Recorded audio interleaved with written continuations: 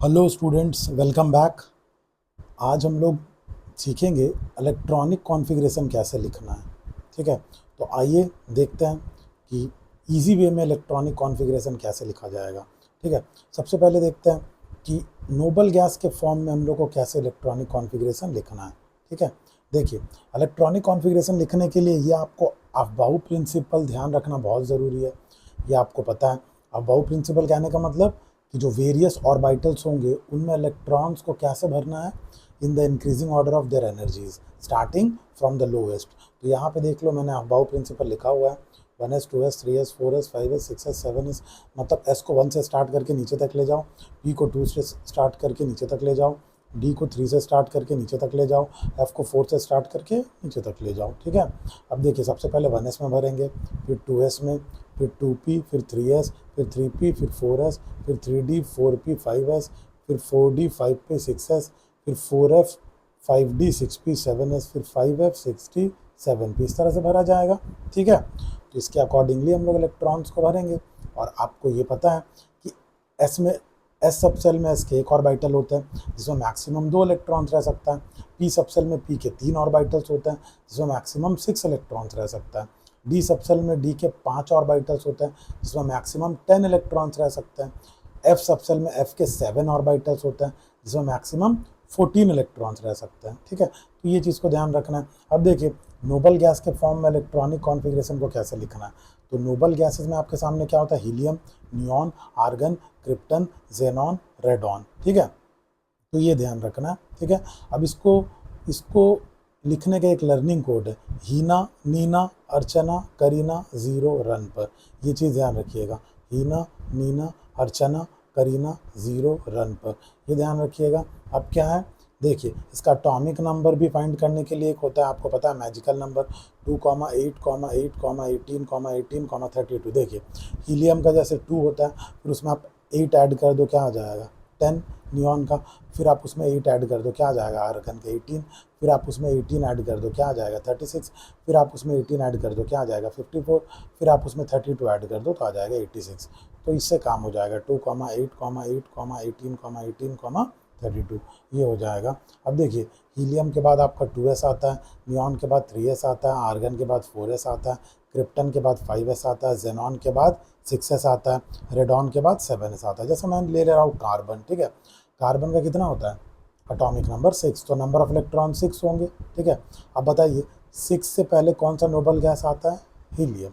सो ठीक है, तो यहाँ पे क्या लिख दिया, हीलियम लिखा। ठीक है, 2 इलेक्ट्रॉन कवर हो गया। अब हीलियम के बाद क्या आता है 2s, तो चलिए हीलियम 2s2।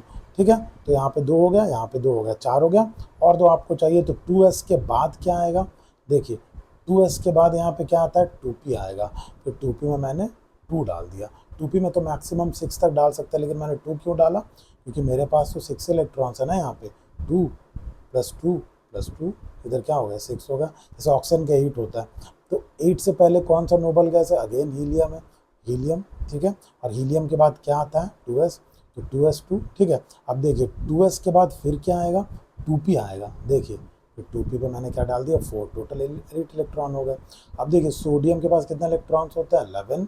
ठीक है, एटॉमिक नंबर 11 है। तो सोडियम के पहले कौन सा नोबल गैस होता है, नियॉन। ठीक है, तो नियॉन का 10 मैंने कवर कर दिया यहाँ पे। ठीक है, अब नियॉन के बाद क्या आता है 3s। ठीक है, तो 10 तो यहाँ पे कवर हो गया, 3s1 हो गया मेरे पास 11 इलेक्ट्रॉन। अब चलिए एल्यूमिनियम का क्या होता है 13। एल्यूमिनियम के पहले कौन सा नोबल गैस आएगा, नियॉन, वो लिख दिया मैंने। अब नियॉन के बाद क्या आता है 3s, तो 3s2, तो 10 प्लस 2 12 हो गए। अब 3s के बाद आपको क्या पकड़ना है, देखिए यहाँ पे 3s खत्म हो रहा है, 3s के बाद आपको क्या करना है 3p। ठीक है, देखिए 3p1। ठीक है, तो 10 प्लस 2 12 प्लस 1 13, ये हो गया। ये सल्फर का मैं लेता हूँ 16। सल्फर के पहले कौन सा नोबल गैस आएगा, अगेन नियॉन आएगा, उसका 10 होता है। नियॉन के बाद फिर से 3s हो जाएगा। ठीक है, 3s2, तो 10 प्लस 2 12। अब 3s के बाद क्या आता है, ठीक है 3s के बाद 3p। ठीक है, तो देखिए 3p4 हो गया 16। अब जैसे मैं ले रहा हूँ कैल्शियम, कैल्शियम का कितना होता है 20। कैल्शियम का कितना होगा 20 होगा कैल्शियम का। अब बताइए कैल्शियम के पहले कौन सा नोबल गैस आएगा, आर्गन। ठीक है, अब आर्गन का कितना होता है, आर्गन में कितना इलेक्ट्रॉन होता है 18 होता है। ठीक है, हो गया 18। अब आर्गन के बाद क्या आता है 4s। देखिए 4s2, 18 + 2 20 हो गया। अब मैं ले रहा हूँ Mn मैग्नीज। मैग्नीज का कितना होता है एटॉमिक नंबर 25, यानी मैग्नीज में 25 इलेक्ट्रॉन्स होंगे। ठीक है, तो मैग्नीज के पहले कौन सा नोबल गैस आता है, अगेन आर्गन आएगा। ठीक है, आर्गन के बाद फिर क्या हो जाएगा 4s। तो देखिए आर्गन के 18 इलेक्ट्रॉन यहाँ पे हो गया, फिर 4s2, ठीक है 20 हो गया। अब 4s के बाद क्या आएगा, देखिए यहाँ पे 4s खत्म हो रहा है, क्या स्टार्ट हो रहा है 3d। तो यहाँ पे 3d में क्या दे दूंगा 5। तो 18 + 2 + 5 25। जैसा कोबाल्ट, कोबाल्ट का क्या होता है 27, उसके पहले अगेन कौन सा नोबल गैस आएगा आर्गन। आर्गन के बाद फिर क्या स्टार्ट होता है 4s। ठीक है, 4s2 हो गया। ठीक है, आर्गन यहाँ पे 18 हो गया, 4s2 20 हो गया, उसके बाद 3d। 3d में मैं 7 डाल दूंगा, 27 हो गया। जैसे जिंक ले लेता हूँ मैं, जिंक का 30 होता है। जिंक के पहले कौन सा नोबल गैस, अगेन आर्गन। ठीक है, आर्गन के बाद फिर से 4s2 और 3d 10 हो गया 30। अब जैसे आर्सेनिक मैं ले रहा हूँ, आर्सेनिक का कितना होता है नंबर ऑफ इलेक्ट्रॉन 33, उसके पहले कौन सा नोबल गैस आएगा आर्गन। ठीक है, फिर आर्गन के बाद 4s2 3d 10। ठीक है, 4s2 आर्गन के बाद देखिए 4s2 होता है ना यहाँ पे, देखिए 4s, तो आर्गन के बाद 4s2, 4s के बाद क्या आ जाएगा, ठीक है देखिए यहाँ पे 3p, 4s खत्म हो रहा है, 4s के बाद आएगा 3d। तो 3d आपका क्या हो जाएगा 10। तो यहाँ पे क्या हो गया 30 हो गया, और 3d के बाद फिर क्या आएगा, ये देखिए 3d। ठीक है, 3d के बाद क्या आएगा 4p, 4p में आप 3 डाल दो, टोटल 33 हो जाएंगे। एसएन के जैसे 50 होता है, उसके पहले कौन सा नोबल गैस आएगा, 50 से पहले क्रिप्टन आएगा।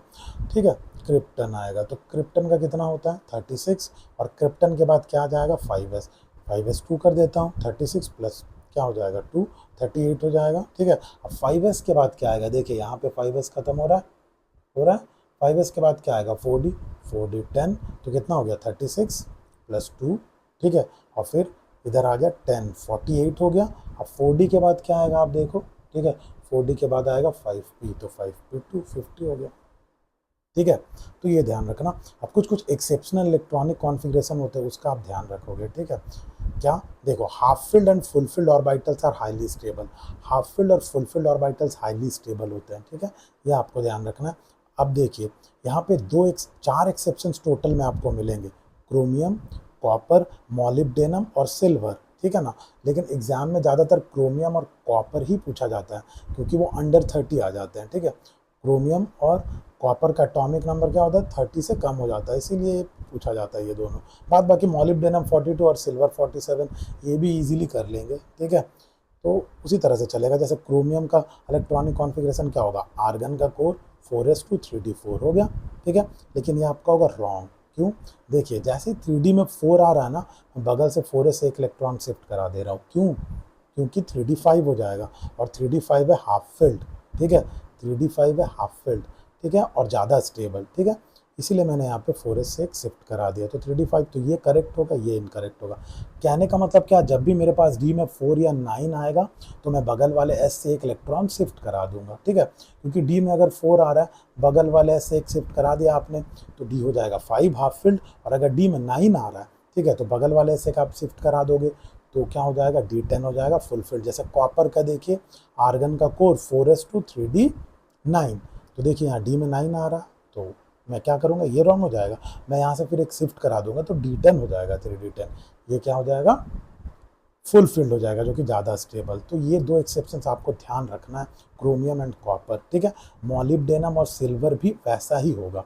ठीक है ना, उसका बस क्या हो जाएगा, यहाँ पे आर्गन का कोर की जगह आपको क्या करना होगा, क्रिप्टन का कोर। ठीक है, और वहाँ पे क्या हो जाएगा, ठीक है 5s1 और 4d5। सिमिलरली सिल्वर में भी वही होगा, क्रिप्टन का कोर। ठीक है, और 5s1 और 4d10। यहाँ पे क्या होगा, क्रिप्टन का कोर 5s1 और 4d5 मॉलिब्डेनम में, और सिल्वर में होगा क्रिप्टन का कोर। ठीक है, 5s1 और 4d10।